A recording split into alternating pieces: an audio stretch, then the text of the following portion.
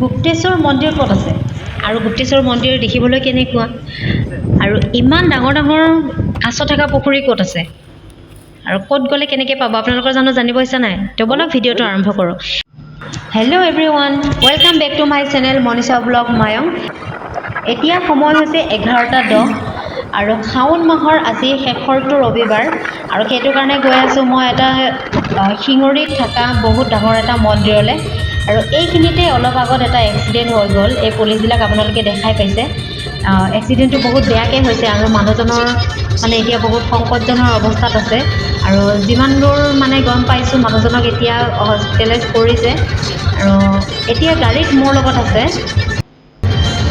মোৰ বেটা আৰু মোৰ মামা আছে মামী আছে সেইজনী মোৰ ননদ আৰু এয়া হৈছে ডাঙৰ ননদজনীৰ কেৰিয়াৰ আৰু আমি একেলগে গোটেইকেইটাই মানে গৈ আছোঁ মন্দিৰ দৰ্শন কৰিবলৈ আৰু আপোনালোকেও ভিডিঅ'টো চাই থাকক তেতিয়া যে ক'লোঁ মই এক্সিডেণ্টৰ কথা এতিয়া মানে এই এম্বুলেঞ্চখনতে মানে সেই মানুহজনক লৈ যোৱা হৈছে যিমান দূৰ গম পাইছোঁ তেজপুৰৰ যিখন হস্পিটেল আছে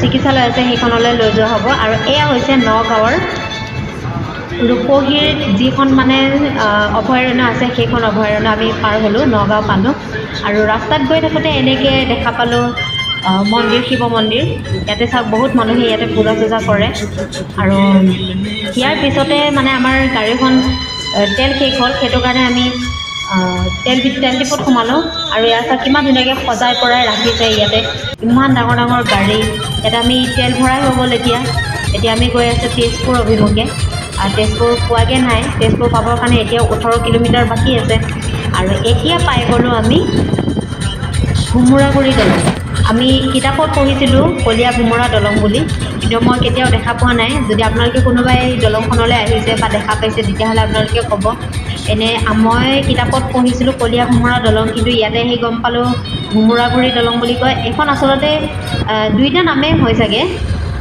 সেইটো মই ইমান এটা ভালকৈ নাজানো মই প্ৰথমবাৰ আহিছোঁ আজি ইয়াতে আৰু এই দলংখন এখন নতুন দলং আৰু সোঁ চাইডে আছে আপোনাৰ পুৰণা দলংখন আৰু চাওক এই দলংখন ইমান দীঘল এই দলংখনত পাৰ হ'বৰ কাৰণে মেক্সিমাম 3 মিনিট সময় লাগে আৰু এটা কথা মন কৰকচোন ইমান গভীৰ পানী ইমান পানীৰ মাজত এনেকৈ লাইনৰ খুঁটিবিলাক কেনেকৈ বাৰু ফুটিছে এইবিলাক কাৰেণ্টৰ খুঁটি হয় তো চাওক ভাবিয়ে মানে মোৰ কিবা লাগি গৈছে আৰু এনেকৈ গৈ গৈ গৈ গৈ আমি এতিয়া পাই গ'লোঁ তেজপুৰ মাত্ৰ 6 কিলোমিটাৰ বাকী আছে আৰু এতিয়া আমি আহি পালোঁ মিছন চাৰিআলি যদি আপোনালোকে কোনোবাই মিছন চাৰিআলি আহি পাইছে তেতিয়াহ'লে আপোনালোকে ক'ব মিছন চাৰিআলি কোনে কোনে গৈ পাইছে কমেণ্টত জনাব আৰু এইখনেই হৈছে তেজপুৰৰ চিকিৎসালয় যিখন আমাৰ যেনেকৈ গুৱাহাটীত আছে GMC আৰু ইয়াতো এইখনেই বহুত ডাঙৰ মানে চিকিৎসালয় তেজপুৰ মহাবিদ্যালয় আৰু চিকিৎসালয় একে হয় দুইটা তো এইখনে হৈছে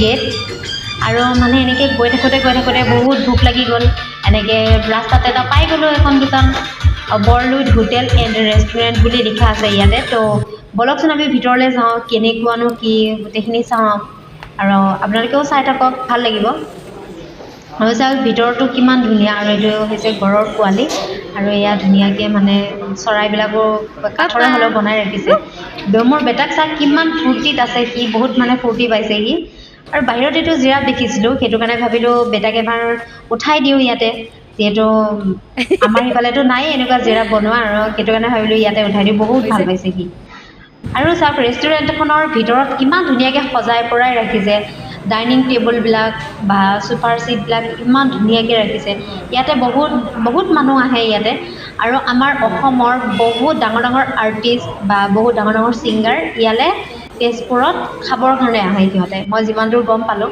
আৰু আমি অৰ্ডাৰ কৰিছিলোঁ ৰুটি আৰু পনীৰ এই আমাৰ ৰুটি আহি গ'ল যিহেতু আমি মন্দিৰলৈ গৈ আছোঁ সেইটো কাৰণে নিৰামিষ খাম সেইটো কাৰণে আমি ৰহুন পিঁয়াজ মানে এইবিলাক একো দিব দিয়া নাছিলোঁ তথাপিও ইয়াতে দি দিছে আমি আঁতৰাই দিছোঁ সেইখিনি এতিয়া আহি পালে আকৌ পনীৰ তো ফটাফট খাই পেলাই আমি এতিয়া ওলাব লাগে যিহেতু বহুত দেৰি হ'ল ইয়াতে এতিয়া 3টা বাজি গ'ল আৰু তেজপুৰৰ পৰা বহুত দূৰ আছে যাবৰ কাৰণে সেইটো কাৰণে আমি সোনকালে খাই লওঁ আপোনালোকে চাই থাকক এতিয়া খাই বৈ হৈ গ'ল আমি এতিয়া গৈ আছোঁ তেজপুৰ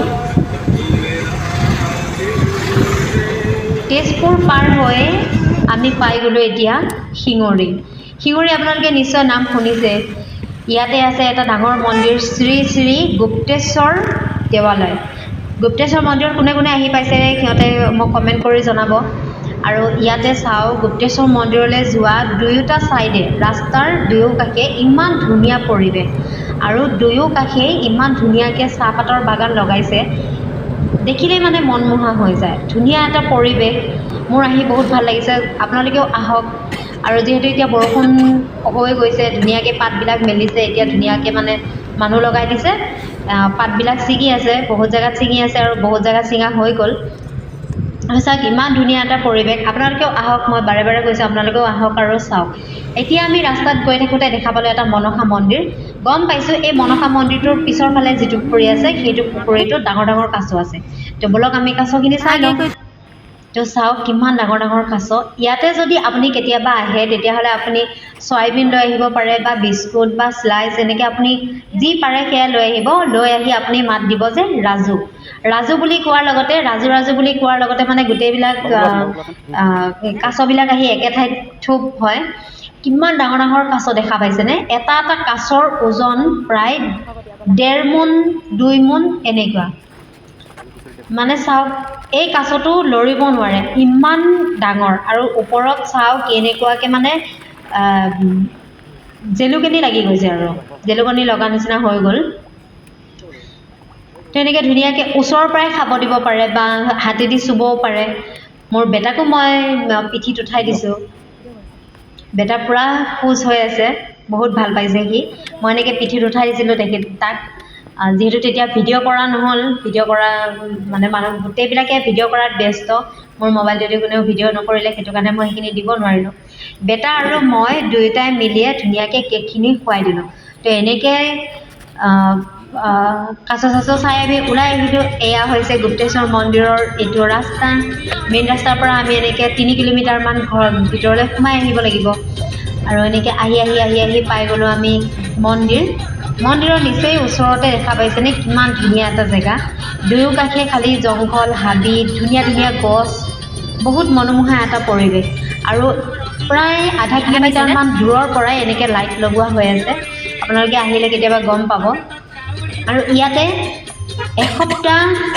এসপ্তাহৰ এটা মেলা হয়, শিৱ পূজাৰ দিনা এটা মেলা হয়। যদি পাৰে আপোনালোকে তেতিয়াহ'লে শিৱৰাত্ৰিত আপোনালোকে এবাৰ আহি যাব। ইয়াতে খোৱা বোৱা থকা মেলা গোটেইখিনি সুবিধা কৰা হৈ আছে। সেইবিলাক দেখা পাইছে, ইমান ডাঙৰ ডাঙৰ বিল্ডিং বনোৱা হৈ আছে, 4-5টাকৈ বিল্ডিং আছে। আৰু যদি আপোনালোকে ফুলেবমৰ টাইমত আহে তেতিয়াহ'লে আপোনালোকে একোৱেই আনিব নালাগে ঘৰৰ পৰা, চব ইয়াতে পোৱা যায়। ধুনীয়াকৈ ইয়াত খোৱা বোৱাৰ ব্যৱস্থাও কৰা হৈছে। আৰু যিহেতু আমি মন্দিৰ বুলি আহিছোঁ, বেটাৰ কাৰণে আহিছোঁ, সেইটো কাৰণে বেটাক কেনেকৈ এখন ভোলেবমৰ এখন মানে মাথাত মাৰি দিয়া হৈছে। আৰু সি মানে বৰ বিৰাট মানে অশান্তি পাইছে, নাৰাখে সি। তথাপিও এনেকৈ জোৰ বস্তু কৰি পেলাই তাক লগাই দিলোঁ। আৰু এনেকৈ থালি এখন ল'লোঁ। থালিখনত ফল ফলহা, ফুল মূলৰ পৰা আদি কৰি মানে চাকি বন্তি গোটেইখিনি দিব। আৰু লগতে যদি আপুনি কয় বোলে ত্ৰিশূল লাগে, তেতিয়াহ'লে ত্ৰিশূল দিব। আমি ত্ৰিশূল এডাল লৈ আৰু গোটেইখিনি বস্তু লৈ পেলাই আমাৰ 500-550 মানত এখন থালি আমি পাই গৈছোঁ। যদি আপোনালোকে ভাবে বোলে এইখিনি বস্তু ঘৰৰ পৰা আনিব, তেতিয়াহ'লে ঘৰৰ পৰা আনিব পাৰে। এনেকৈ গোটেই দোকানৰ পৰা গোটেইখিনি বস্তু পোৱাই যায়। আমাৰ থালি লোৱা হৈ গ'ল। তো এইখনে হৈছে গুপ্তেশ্বৰ মন্দিৰৰ মেইন গেট। গেটৰ পৰা সোমাই আপোনালোকে দুটা ৰাস্তা পাব, ৰাইট চাইডে এটা আৰু লেফ্ট চাইডে এটা। আপোনালোকে ৰাইট চাইডেদি নাযাব, লেফ্টেদি যাব। আৰু এনেকৈ লেফ্টেদি গ'লে খাৰগৰু পাব। প্ৰথম গেট সোমাই আগত এটা আৰু পিছত এটা। এই খাৰগৰু দুটাৰ নাম কি মই নাজানো, যদি আপোনালোকে জানে তেতিয়াহ'লে কমেণ্টত জনাব। আৰু এয়া বেটা চাওক, মানে তাক এৰি দিব লাগে, সি কোলাত থাকি থাকি তাৰ আমনি লাগি গৈছে গাড়ীত বহি বহি। এইটোৱে হৈছে মেইন মন্দিৰ। যদি আপোনালোকে ইয়ালৈ আহে তেতিয়াহ'লে মেইন মন্দিৰত সোমাবৰ কাৰণে প্ৰথম আপোনালোকে লেফ্ট ৰাস্তাটোদি আহি প্ৰথম যিটো মন্দিৰ আছে সেই মন্দিৰটোত আপোনালোকে সোমাব। আৰু এইটোৱে হৈছে ভিতৰলৈ, দেখা পাইছেনে কিমান মানুহ সোমাই আছে ভিতৰত। আৰু এনেকৈ আপোনালোকে ভিতৰলৈ যাব পাৰিব। ৰাইট চাইডে এটা ৰাস্তা আছে। তো বলক আমি প্ৰথমতে সেৱা ভাগ কৰি লওঁ।